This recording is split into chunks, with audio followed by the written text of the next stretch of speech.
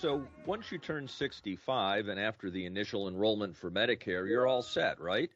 Wrong. There can be changes that occur after your initial enrollment that you need to be aware of. Lindsay Penrose from Benefit Representatives of America is a certified Medicare specialist who assists clients to get set up properly with their Medicare benefits and beyond. Good to see you and hear you, Lindsay.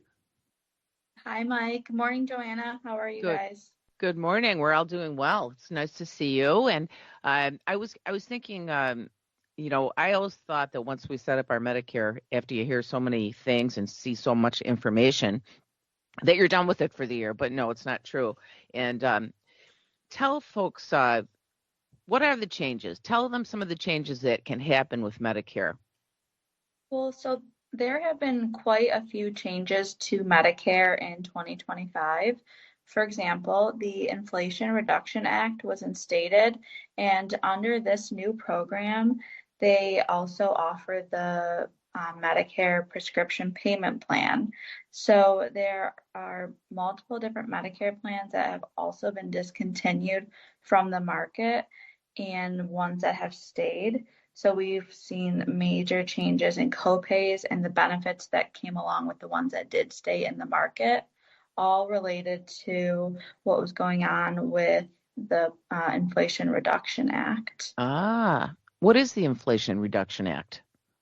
So with respect to Medicare, the Inflation Reduction Act has changed prescription costs. So before 2025, there was an $8,000 annual cap on what the insurance companies can charge each year for a total cost of prescriptions. But now in 2025, the annual cap was lowered to $2,000. Originally $8,000, but now $2,000. That's a huge change. So the $2,000 annual cap on the out-of-pocket prescription drug cost is all that someone can pay throughout the year to get their prescriptions at the pharmacy. So this has positively impacted those who have expensive prescriptions or just a lot in general.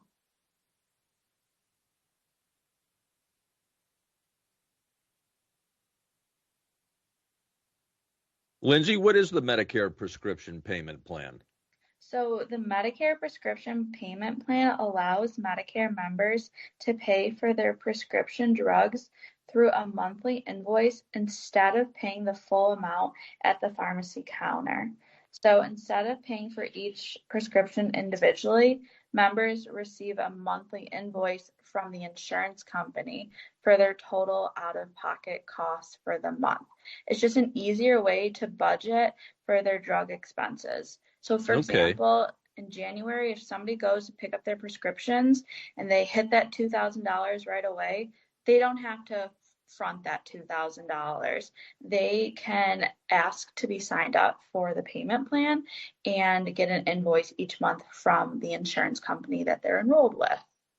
Oh, I can imagine that's very helpful. So another question, we hear about a discontinuation of plans, changes to plans. What does all that mean? So with the changes that the government has put into place, in return, we have seen a turn on the way that the insurance companies are doing business.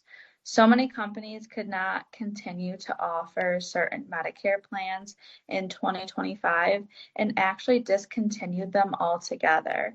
And then on the flip side, if the plan that someone was in did stay in the market, there was most likely significant changes made to copays and other benefits.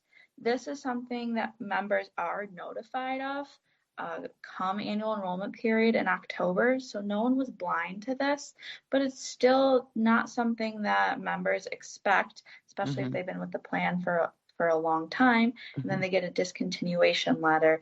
That can be surprising to some people. Yeah, and that makes sense because you get barraged with information about Medicare. So it's always wonderful to have someone like you to weed through it. I know how you advise people. I am one of your clients. Lindsay, tell people, tell our listeners how you advise someone on what decision to make with all these different changes and Medicare plans, and also if there's a cost for your service. Well, Joanna, as you know, the big question and what you ask me is, what plan should I take this year?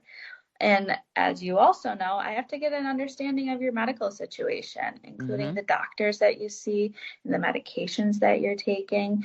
And that's how I really advise someone on the best plan that would fit them. There's so many options, so not every plan is going to be the best fit for someone.